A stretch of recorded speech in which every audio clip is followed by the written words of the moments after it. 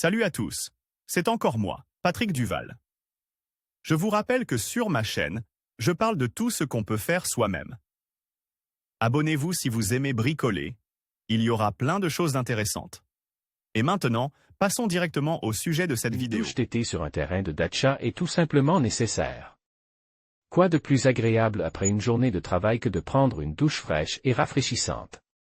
Dans cet article, je vais vous expliquer comment j'ai fabriqué une douche de mes propres mains avec les matériaux qui se trouvaient sur mon terrain.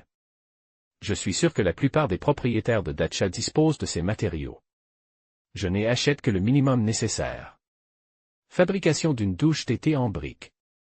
Tout d'abord, il est important de décider de l'endroit où la douche d'été sera construite. Il s'agit d'une étape importante, car de l'emplacement correct de la douche dépendra la rapidité avec laquelle l'eau sera chauffée dans le réservoir. La douche doit être placée à un endroit où le réservoir est exposé à la lumière du soleil tout au long de la journée. Personnellement, je tiens à ce que l'eau soit chaude, car un bain dans de l'eau froide me rendrait malade.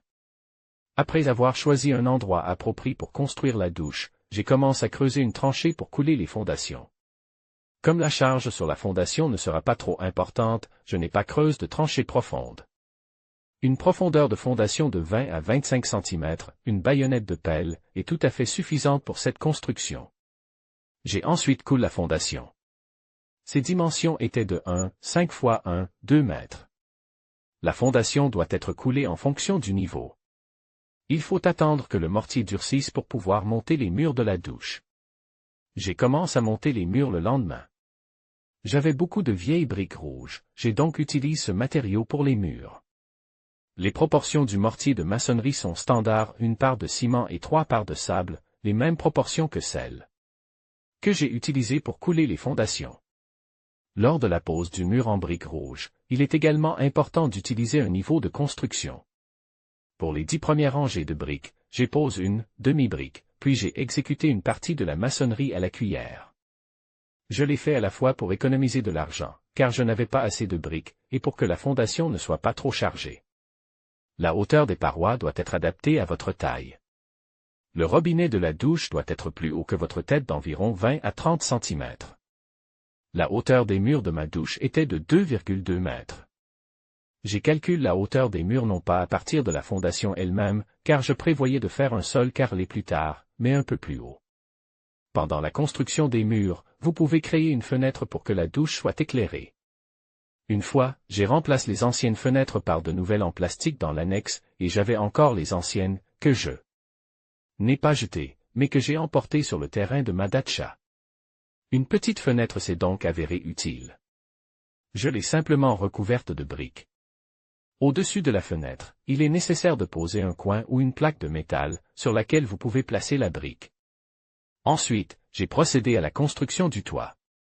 Pour ce faire, j'ai pris 2 barres dont la longueur correspondait aux dimensions intérieures de la douche et j'y ai fixé 4 planches. À l'aide de vis autotaraudeuses, qui se trouvent également sur les murs de la douche. En outre, les planches peuvent être vissées pour une fixation rapide et vous avez besoin d'un poinçon pour cela. Il est important de le faire, car sinon les vents forts peuvent tout simplement emporter le toit de la douche. Le réservoir est ensuite placé sur ces planches. Il a fallu acheter le réservoir. Comme ma famille compte 3 personnes, j'ai opté pour un réservoir de 60 litres. C'est tout à fait suffisant.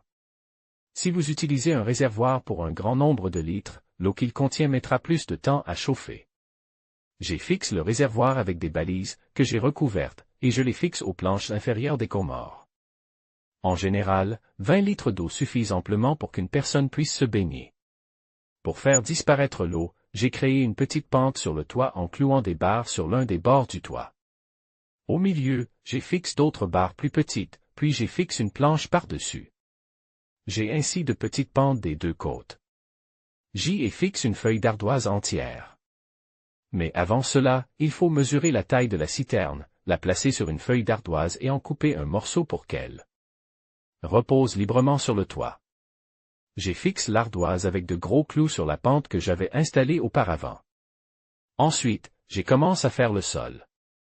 J'avais de vieux carreaux et j'ai décidé de les utiliser à cette fin. Avant de poser les carreaux, j'ai immédiatement installé une évacuation d'eau. Cette évacuation est allée dans un petit trou dans le tuyau à côte de la douche. J'ai ensuite coulé la chape et pose les carreaux par-dessus. Les carreaux doivent être posés à un niveau tel que l'eau s'écoule des murs vers l'évacuation. Il n'est pas nécessaire de creuser une grande fosse pour l'évacuation de l'eau, comme on le conseille souvent, surtout si vous l'utilisez en été. Une petite fosse suffit amplement, et il n'est même pas nécessaire de la couvrir. En été, dans la chaleur de la journée, l'eau qui s'écoulait de la douche dans la fosse sèche instantanément. Il ne reste plus qu'à fabriquer la porte.